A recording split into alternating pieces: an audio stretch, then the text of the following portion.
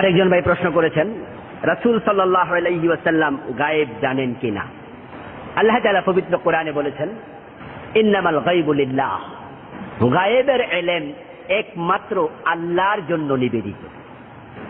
আলিমুল গায়বি wash শাহাদা, প্রকাশ্য সবকিছু জানার মতো ইলম একমাত্র আল্লাহরই আছে।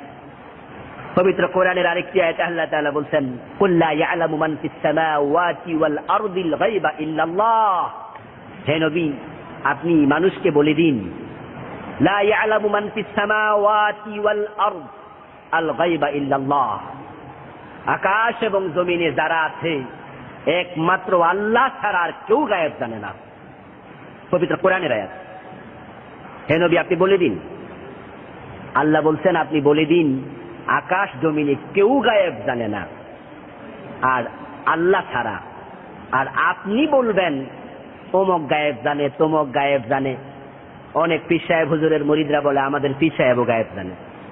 এমন কথা বলার লোকও বাংলাদেশে আছে। আর রাসূল সাল্লাল্লাহু আলাইহি ওয়াসাল্লাম গায়েব জানেন এই কথা তো অনেকেই বলে, অথচ বিশ্ব নবীকে আল্লাহ বলতেছেন কোরআনে, আপনি বলে দিন, লা ইয়ালামু মান ফিস সামাওয়াতি ওয়াল আরদিল গায়বা ইল্লাল্লাহ, যে আকাশ এবং জমিনে কেউ গায়েব জানে না একমাত্র আল্লাহ ছাড়া।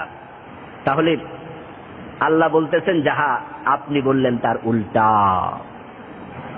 রাসূল সাল্লাল্লাহু আলাইহি ওয়াসাল্লাম গায়েব জানেন এমন কথা কি বিশ্বনবী কখনো বলেছেন? বরং হাদিসে পাওয়া যায়, এক সময় রাসূল সাল্লাল্লাহু আলাইহি ওয়াসাল্লাম উনার ঘরেই একদল ছোট ছোট মেয়ে তারা গান করছিল, মার্সিয়া, তাদের পূর্বপুরুষদের স্মৃতিগাথা নিয়ে আলোচনা করছিল। তো করতে গিয়ে এক পর্যায়ে তারা রাসূল সাল্লাল্লাহু আলাইহি ওয়াসাল্লামের প্রশংসা সূচক কিছু কবিতা বলতে শুরু করলো। একটা ছোট্ট মেয়ে বলল, ফিনা নাবিয়্যুন ইয়ালামু মা ফি গাদিন।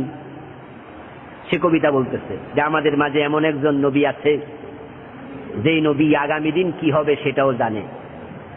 রাসূল সাল্লাল্লাহু আলাইহি ওয়াসাল্লাম ওটুকু শুনে বললেন, মা, এই মেয়ে থামো, আগামী দিন কি হবে সেটা আমি জানি, তোমারে কইলো কেটে কথা, এসব বলো না, থামো, বরং তুমি আগে যে সমস্ত মরসিয়া গাইতেছিলে সেগুলো গাও। আল্লাহর হাবিব বাধা দিলেন।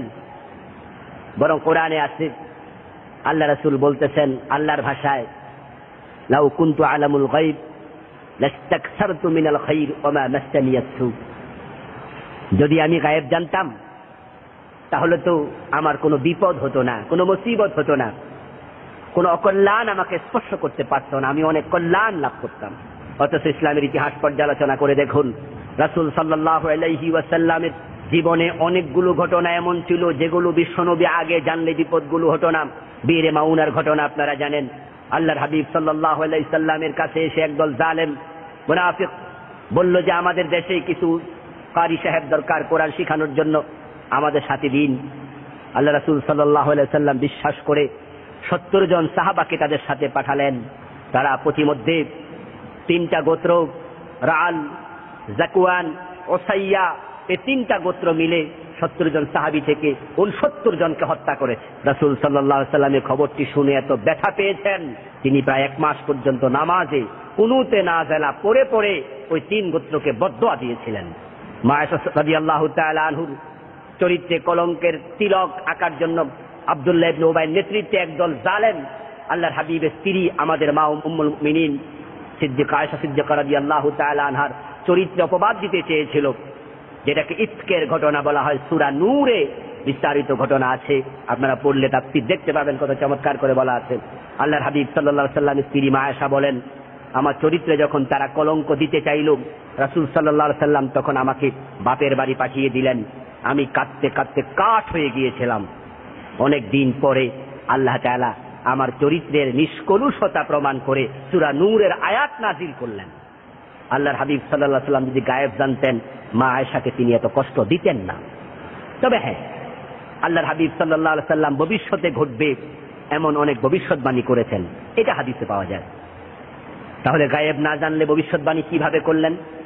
তাহলে এখন আমরা যারা বলি কিয়ামত হবে, আমরা তো গায়েব জানি নাকি? কিয়ামত যে হবে তাতে আমাদের কারো তো কোনো সন্দেহ নাই। তাহলে ভবিষ্যতে হবে আমরা কিভাবে জানলাম? উত্তর হলো গায়েব জানা না, আমরা কোরআনের মাধ্যমে জেনেছি। কোরআনে আছে ইকতারাবাতিস সাআ, কিয়ামত ঘনায় গেছে, কিয়ামত হবে, তো কোরআনে আছে, এজন্য আমরা জানছি। তাহলে বোঝা গেল কোরআনের মাধ্যমে আমরা জেনেছি ভবিষ্যৎ সম্পর্কে কিয়ামত হবে। তো রাসূল সাল্লাল্লাহু আলাইহি ওয়াসাল্লাম ভবিষ্যতে ঘটবে এমন অনেক ঘটনা তিনি বলেছেন, সবটাই ছিল ওহী, অর্থাৎ আল্লাহর নবীকে আল্লাহ ওহীর মাধ্যমে জানিয়েছেন। রাসূল যদি গায়েবী জানতেন তাহলে তো কোরআন নাজিল হওয়াই দরকার ছিল না, তিনি তো আগেই সব জেনে বসে থাকতেন। বরং আমরা বিভিন্ন মাসালায় বিভিন্ন জায়গায় দেখতে পাই, বিভিন্ন আপনি তাফসীরে বলেন, হাদিসে বলেন, আল্লাহ রাসূলকে যখন প্রশ্ন করতেন তখন তিনি অপেক্ষা করতেন। এবং মিরাজের ঘটনা আপনারা শুনেছেন, যখন রাসূলকে প্রশ্ন করা হলো যে বাইতুল মুকাদ্দাসের দরজা কয়টা, জানালা কয়টা, আল্লাহ রাসূল বললেন, আমি এমন বিপদে আর কখনো পড়ি নাই। আমি তো গিয়েছিলাম মসজিদ আকসায়, কিন্তু আমি তো দরজা জানালা গণিনি। এখন এই বিপদের সময় আমি যদি বলি জানি না, তাহলে তারা বলবে তুমি মসজিদ আকসা যাওই নাই। আর যদি বলি জানি, তাহলে তো আমি জানি না সংখ্যা কত, কি যে বলি। তখন কি হলো?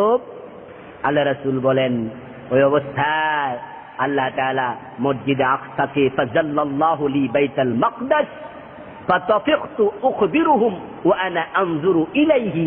হঠাৎ করে দেখি আমার সম্মুখে জিবরিল আমিন মসজিদে আকসাকে নিয়ে হাজির হয়েছেন। আল্লাহ তাআলা আমার সম্মুখে মসজিদে আকসাকে তুলে ধরেছেন, আর আমি গনে গনে দেখে দেখে বলে দিলাম দরজা কয়টা, জানালা কয়টা। আর কি প্রশ্ন তোমরা করবে জানতে চাও, আমি দেখে দেখে বলে দিলাম। তাহলে আল্লাহর নবী যদি গায়েব জানতেন, তাহলে কি মসজিদে আকসাকে রাসূলের সামনে হাজির করা লাগতো? আসলে এগুলো হচ্ছে বাড়াবাড়ি। কোরআন সুন্নাহ মানুন। রাসূল সাল্লাল্লাহু আলাইহি ওয়াসাল্লামকে আল্লাহ ভবিষ্যতের যে খবরগুলো জানিয়েছেন, ওই খবরগুলো তিনি আমাদেরকে দিয়েছেন। এটা ওহীর মাধ্যমে দিয়েছেন, গায়েবের মাধ্যমে নয়। গায়েবের মালিক একমাত্র আল্লাহ। ইন্নামাল গায়বু লিল্লাহ, পবিত্র কোরআনের বক্তব্য, গায়েবের মালিক একমাত্র আল্লাহ। এর বিপরীত ধারণা পোষণ করলে কোরআনের আয়াতকে অস্বীকার করা হবে, কুফরি হয়ে যাবে, শিরক হয়ে যাবে। আল্লাহ কুফরি এবং শিরক থেকে আমাদের হেফাজত করুন, আমিন।